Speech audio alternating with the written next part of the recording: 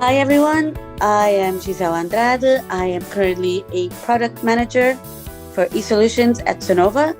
I am from Portugal, very much passionate about design sprints and design thinking.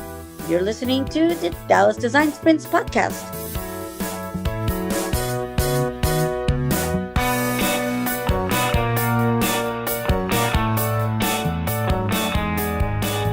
So let's get into the first topic of changing careers.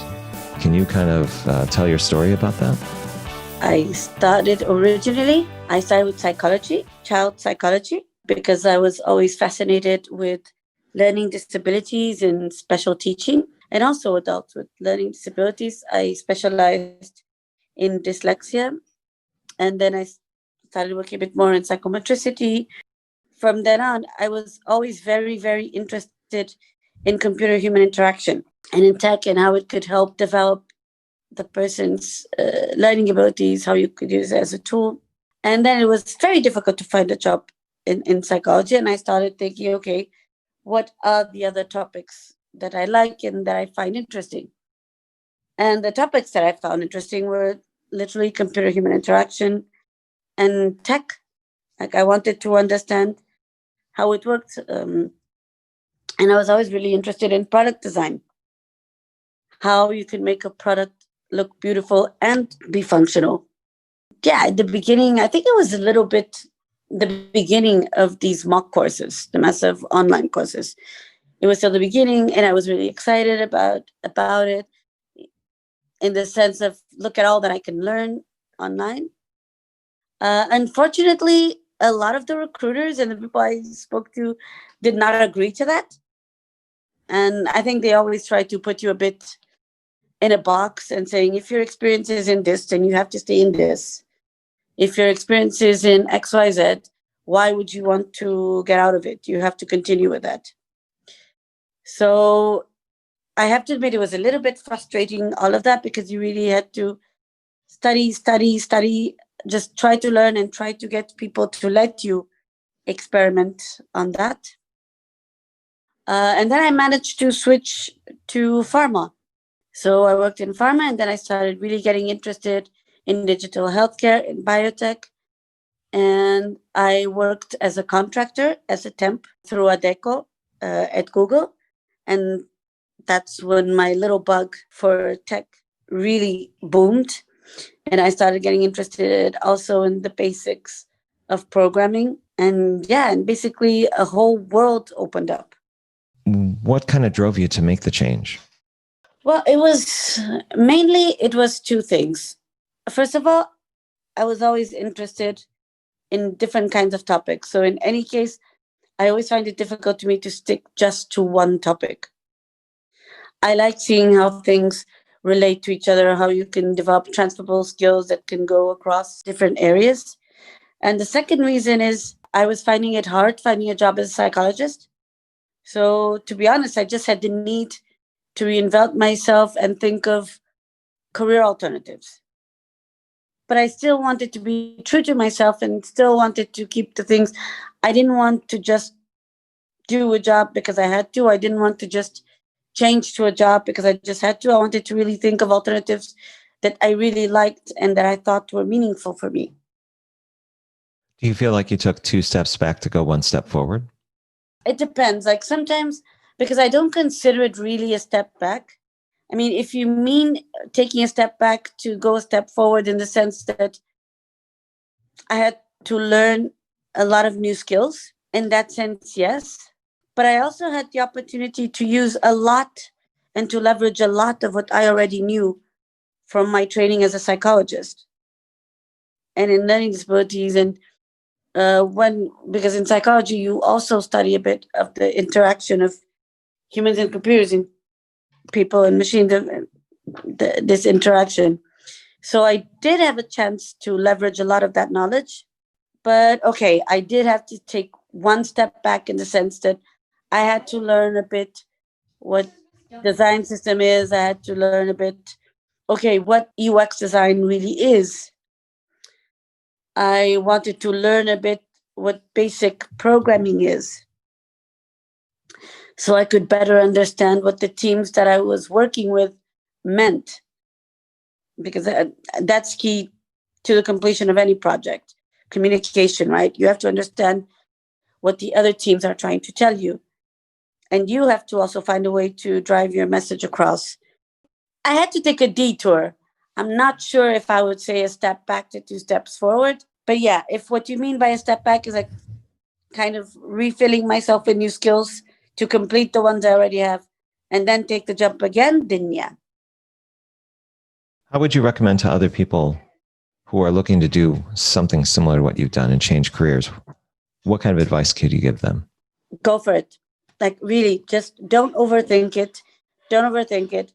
Don't let the recruiters or the people scare you to staying in something that you're not happy with. I mean, we are lucky enough to be in a century where there are so many resources online that are not expensive that you can do to bump up your skills, to reskill yourself. And also, don't let anybody tell you that just because you don't come from a certain area, that you don't have skills that you can use in the new area that you want to go. I mean, you know what you know. You can always leverage what you learned before. There's always something that you're going to be able to use. One thing that I hear a lot is like, yeah, but I have children, I have little time. That's also okay. I mean, we are lucky enough to have so many resources online that you can just study and learn new skills at your own pace and organize yourself and just put it.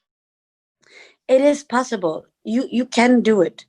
So my advice would be definitely like go for it and don't let anyone tell you that you can't use your skills, that you have to start from zero again, because you don't. Whatever you want to do, somebody else already did, already tried it. And there's lots of information out there. There's lots of support out there.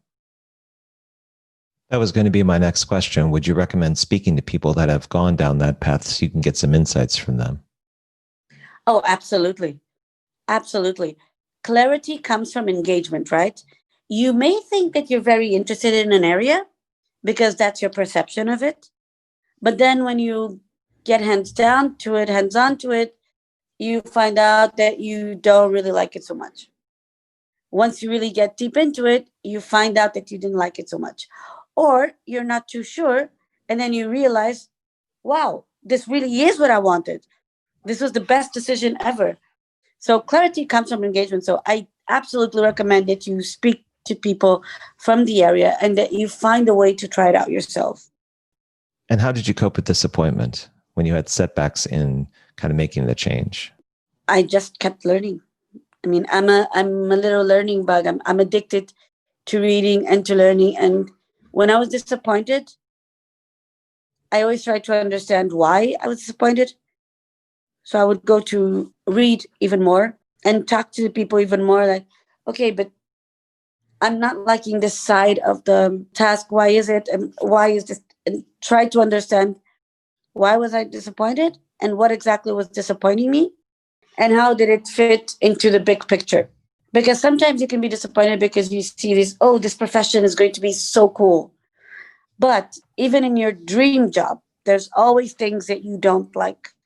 But you also need to be ready for a little bit for that frustration. You also sometimes you think you're disappointed, you're frustrated because you wanted to learn a little bit faster and then you don't. Personally, my way to cope with disappointment was really to just talk to the people that are in the area, to share the frustrations and to just keep learning more and more about it, to feel more confident. Because that yes was something I definitely always struggled a bit, was to build the confidence that changing the career was a good thing and build the confidence, yeah, I can do this now. I think that's what took me a little bit of a longer time. You spoke at length before about happiness and how that's a big factor in terms of your engagement with people and problems. How does happiness kind of factor into this journey you've had with changing careers, and what's your overall mantra when it comes to that? That's a good question. My mantra is like that book, Feel the Fear and Do It Anyway. It's a book I definitely recommend because at the end of the day, it's what keeps you going. Is that you feel the fear, but you do it anyway. And the thing is, ultimately, happiness is when it's something very personal, right? But for me, happiness is when I really get to be myself. And for me to be able to be myself, I have to do things that I'm genuinely interested in. I'm really enjoying it. And because I really feel that there's a purpose to it, that I see, oh, this is going to be something that's going to be used, that's going to be shown, that's it's going to have an impact. And the definition of impact changes from people to people, of course. But for me, my happiness really was just to be able to go to work and really wanting to go and feeling that, yeah, I'm going to go, I'm going to meet my colleagues. It's an environment where I feel that I can express myself. I feel happy when I feel strong enough to have this mantra of feel the fear and do it anyway. Because some days you're definitely like, oh, this is going to be a hard task. I haven't done this before. Sometimes you're more disappointed. Sometimes everything goes well. But it's always up and down, right? Did you adopt this philosophy from someone else or through your experiences? And have you taught this to other people? I try to pass this idea because indeed I did learn it from other people. I was lucky enough to have two really special managers that were the example of what we call leaders as opposed to managers. So I was lucky enough to have two managers that were true leaders that really allowed me to experiment things and to really discover what my strengths were. And they allowed me to really develop what they believed were my strengths and what I believed were my strengths. And they always really made me feel part of a team. And they were always very open when they were going through frustrations. And they always kept a very strong line of dialogue when something was going on. I would say I adopted this philosophy from them and from the example that they gave. I try to I try to share that with other people. When I see them getting frustrated at work, when I see them getting frustrated, learning something new, I always try to tell them, like, it's okay. It doesn't have to be perfect. Just do it. Because one of the things that I see very often is exactly that, is that people are very perfectionists. They don't feel ready to show things because they feel that it has to be perfect. And no, done is better than perfect. Done, advancing something. It's really progression over perfection. You just have to keep trying it out. And I think that is what makes people, once people start freeing themselves from this notion of it has to be absolutely perfect, you do see them smile more. You do see them become more comfortable and more daring, more excited about coming to work because they feel more comfortable with making errors and just experimenting. How does a safe environment, good for a space to freely fail and succeed, how important do you think that is in this context? It's everything. It's not important. It's everything. It's absolutely everything. It's crucial. It's absolutely crucial. If people don't feel comfortable to share their ideas without being judged, if people don't feel comfortable to, hey, I tried this out, but it didn't work because they fear that they will be shamed in some way, they'll be considered less qualified professionals, then you're killing the whole spirit that brings innovation, collaboration, new ideas. I mean, it's the foundation of team spirit, right? If you kill that, how are you supposed to feel comfortable working with other people and being happy working with other people? If you don't feel that you can bring what you are and what you think and what you feel, if you don't think that you can collaborate, if you're made to feel that you always need to think 2, 3, 5 times before you give an idea, you lose a lot from your colleagues because you're killing their voice. One of the strengths that you have shown a lot of is storytelling. How do you think storytelling influences how you communicate your point of view in that context? For me, storytelling is how you create engagement. It's one of the best ways to present your ideas and make people relate to it. And it's definitely a more engaging way of communication. So when I present a new idea, I try really to present it as a story to see how people feel about it, if it raises empathy, how they react to it. I try to do that also with the teams that I work with because I think it helps focus on the product that you want to develop. It helps making it more consumer centric. If you really try to imagine the story and if you really try to think, okay, what would the flow of this be? You're kind of putting yourself in the place of the consumer and seeing how they would feel and really trying to walk a mile in their shoes. Now, on the other hand, I think it's also a very good way to get buy-in from other departments to your projects, because it's a way to show why your product is important, why your idea could work. Like to really tell a story, to allow people to visualize it. Do you have a list of like top 3 or top 5 tips for people that don't know how to storytell, but would get them kind of acclimated to the concept or at least the practice of it? Yeah, play. Games are a great way to get into storytelling. And you have a lot of really easy, small games that you can do. You have the story dice, which basically is dice that you roll, and each of the face of the dice has an image. And then you need to build a story with those images. Fable cards, they give you part of the story and you fill in the blanks. So that's a fun way to get acclimated to it.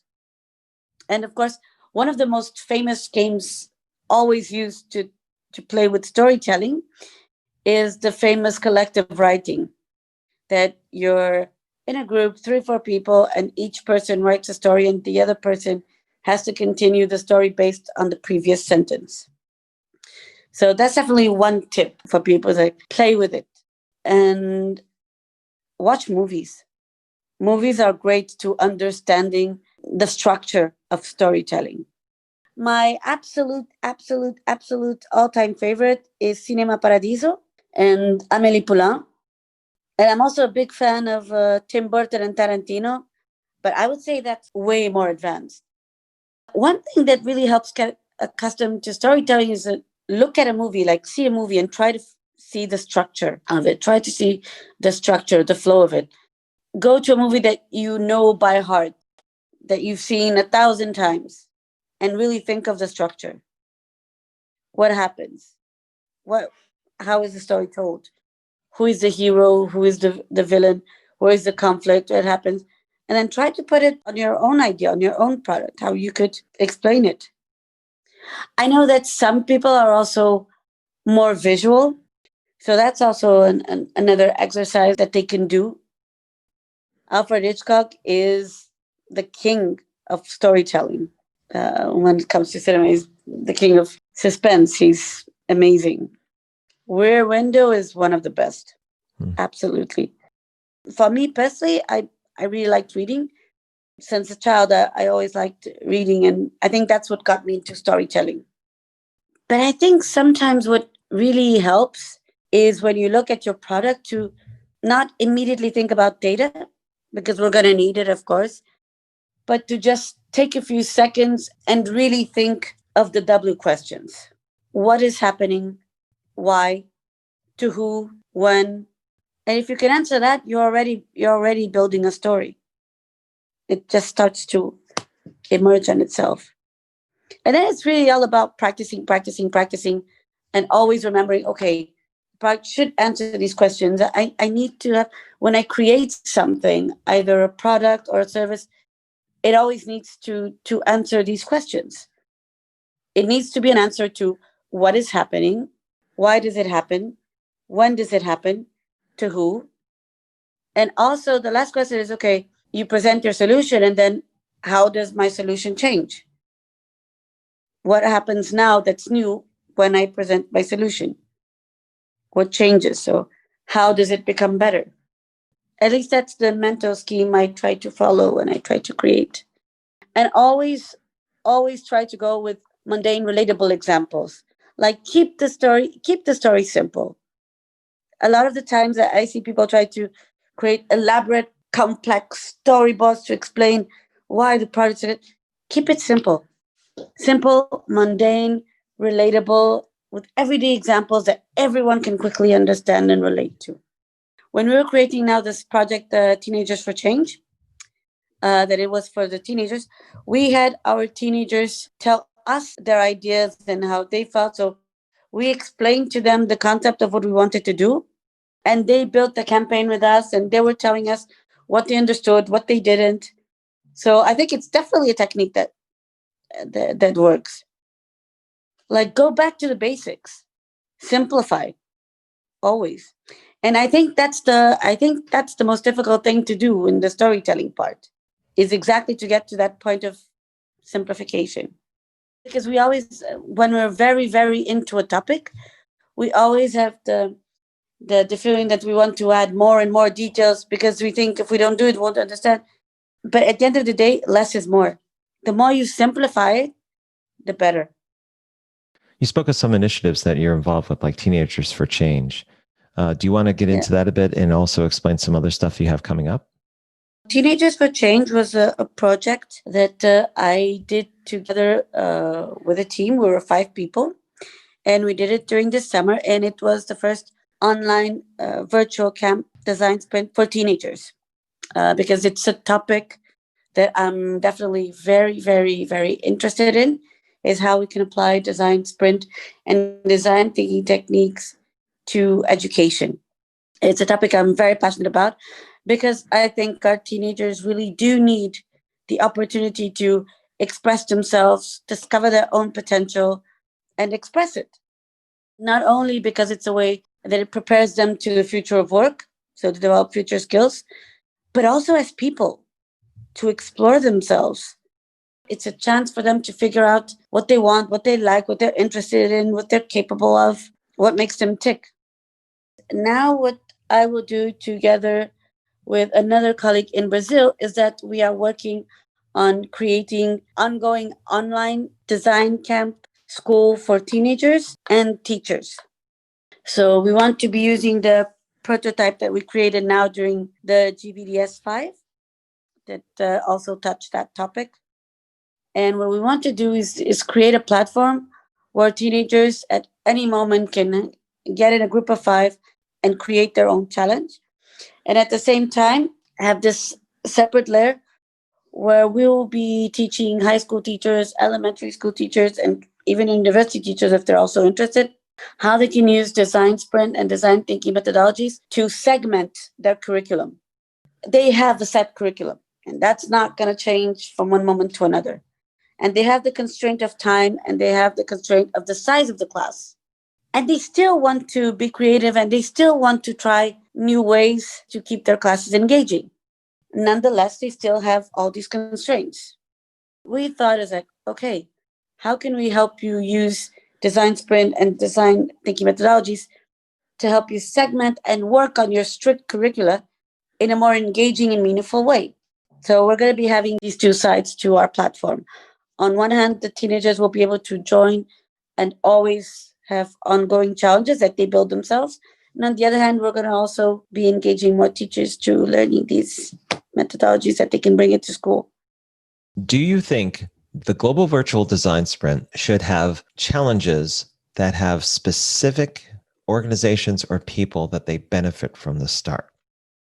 I'm asking you because you've been part of the event for so long that I really want to get your perspective on this. So the question is, should the GVDS have predefined challenges that benefit specific organizations or groups from the outset? I see a couple of advantages with that because it would be easier to get the attraction of and the sponsorship of associations that could make the GVDS projects a reality. And the GVDS would be a perfect way to showcase them. And if you predefine, well, maybe not the challenges, but just a couple of areas, then it would be easier to attract these kind of organizations to come and see and then develop partnerships to make it real. And I'm not necessarily suggesting that you go to an organization and ask what they want. I think the idea should still manifest within the team based on all of the perspectives and skills and experience. But you offer what you are doing specifically towards particular organizations that deal with, say, homelessness or slavery or any of the United Nations initiatives. Yeah, or sustainability goals. That too. It require that specificity from the beginning so that it really helps a team focus. And when the showcase comes around, they know who to invite because they had from the very beginning an idea of who they wanted to do this for or to showcase how it can make a difference. Yeah, I think that would be a great idea. Maybe, for instance, just have areas. For example, area of social innovation, area of sustainability goals, area of homelessness, area of domestic violence, gender equality, and then teams would choose the area, and within that area, they would develop the different topics. And develop a bit of research around the organizations that currently are concerned about that and do work in them, so that there's an alignment from the very beginning around people and groups that care about them and do something about them, and seeing what they already do and aligning some of the initiatives that come out of the GVDS with those. Yeah. So for instance, what I've seen happen in hackathons, it's also somewhat similar, is that you have the area of the challenge. And then according to the areas that organize the hackathons, they already research and invite institutions that are related to the topics, so they can accompany from the beginning what the teams in each of the areas are developing. The teams still decide the topic. So do you mean that the teams would decide the topic, they would come the areas, and then we, the teams ourselves, would reach out to organizations to make it real? It would be looking at the outside, looking in the very beginning when doing research on those organizations to see what they care about and what they're doing. The end of the sprint to say, here's the work that we've done in this space, and we used some of your initiatives or your information to inform what we do. I think that's a better place to be, because I've seen organizations, they tend to take over the narrative where they'll say, this team is really an extension of what we want them to do. I would rather there be an independent voice within the team that carries forward what they feel is appropriate, even if it's may not be exactly aligned with where the organization wants to go. I understand what you mean. So the decision, the topic, basically the control, the project would always be from the team side, and the organization we would look up to help the project come to life. And there would be an alignment, but not necessarily the development of a collaboration, of a partnership between them. There could be. It depends on how that alignment goes. But if that organization really wants to see true innovation, it has to be without its influence. It has to be without its guidance in certain areas where the team would feel there's a right answer versus a wrong answer in terms of a strategic direction. That's where I think the danger is. If it comes after the fact, where the body of work is done, then there can be the talk about adoption, alignment, shared goals, who's intrinsically motivated to do what the organization is seeking and what the team wants to do. I think there's a better pairing there. I would rally with the idea that teams have to keep their independent spirit. Yeah, I agree. But it's definitely one of the good things about the GVDS is that it allows for community to experiment, to have the idea. And I think a lot of good ideas actually move forward. I sure hope that somebody starts a storytelling webinar or some sort of session in the community of practice we're starting up. Gee, I would hope that happens someday, because we're doing it every month. But I can wish. Maybe that'll happen. Yeah. How do people get a hold of you, and where do they go to track what you create?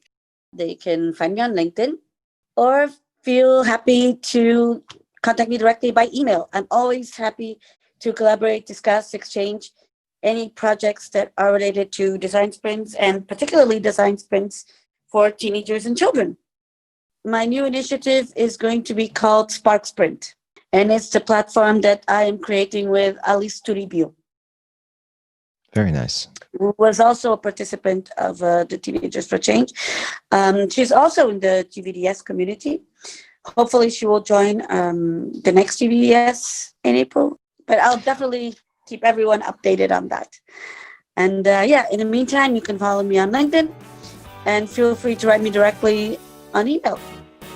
Thank you very much for coming on the podcast, Gia, and I'm sure I'm going to talk to you soon. Thank you. It was great talking to you. Thanks for listening to the Dallas Design Sprints podcast.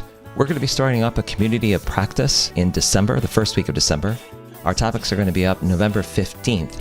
So if you're interested, look me up on LinkedIn. You just have to do a search for Robert and last name of Skrobe, or you can do a search for me on Google or look up Dallas Design Sprints. Either way, if you want to get involved with the Global Virtual Design Sprint community of practice, be sure to reach out to me and let me know. Thanks for listening, and we'll see you soon.